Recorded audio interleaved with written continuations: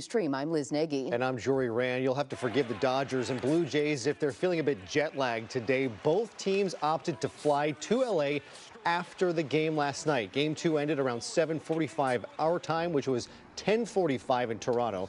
The Dodgers landed at LAX around 3 a.m. The players, though, didn't park at the airport. They parked at Dodger Stadium, so they had to bus it from the airport to the stadium to collect their cars. We saw many players leaving the stadium at 5:30 this morning. I'm tired just thinking about it. Yeah. Kurt Sandoval is here in the studio now. It might be a day off, but Kurt, the boys are back practicing today at Dodger Stadium. Yeah, and we're tracking this right now. Dave Roberts' press conference delayed, as you might imagine. You can't blame the Dodgers if they showed up to Dodger Stadium sleep deprived, because that red eye from Toronto last night had to be an eye-opener as they were trying to get some shut-eye.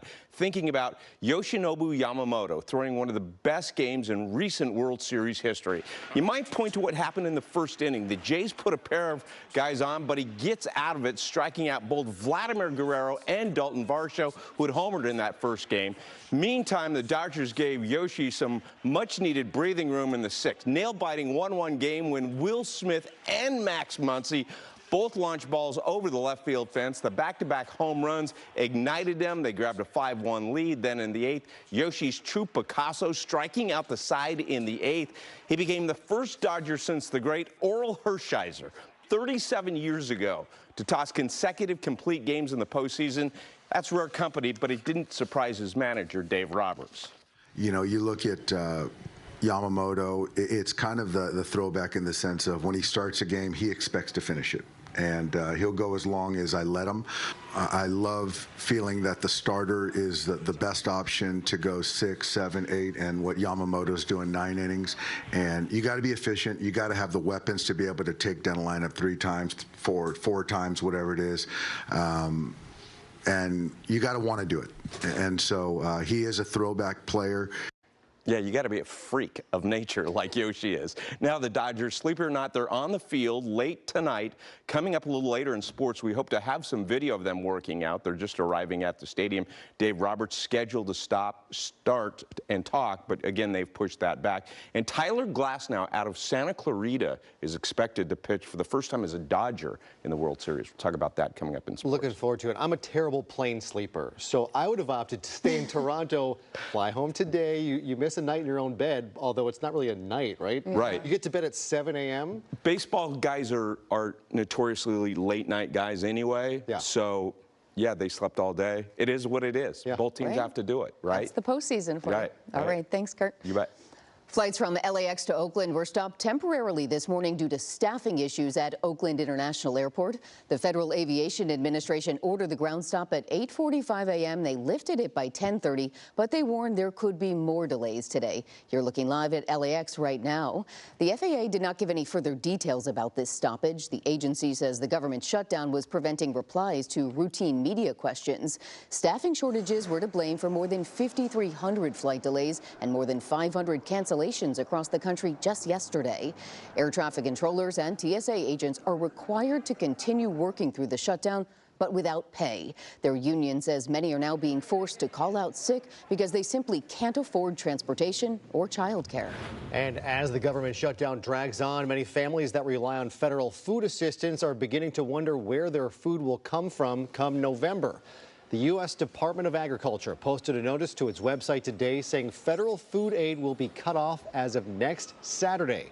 This is video taken last week after Governor Newsom deployed National Guard members to help out at local food banks, anticipating a surge in demand. The Trump administration says it will not use roughly $5 billion in contingency funds to keep those benefits flowing through November. The USDA says that money is reserved for other things, including helping people during disasters.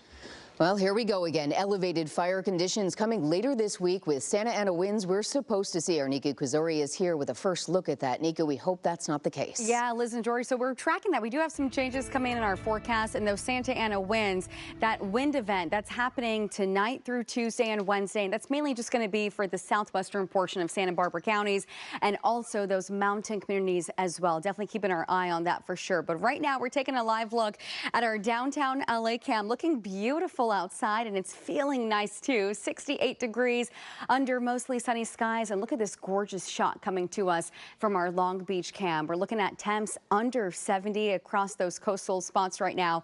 And across our region, we're looking at those temperatures this evening in the 60s and low 70s. As far as our weather pattern goes, enjoy this weekend because some changes are coming. We're talking about a warm up. I'll let you know how warm we're going to get this week. We're talking about summer temperatures. I'll have all of that coming up in my full forecast. Jory and Liz. Okay, Niku, we'll see you in a bit.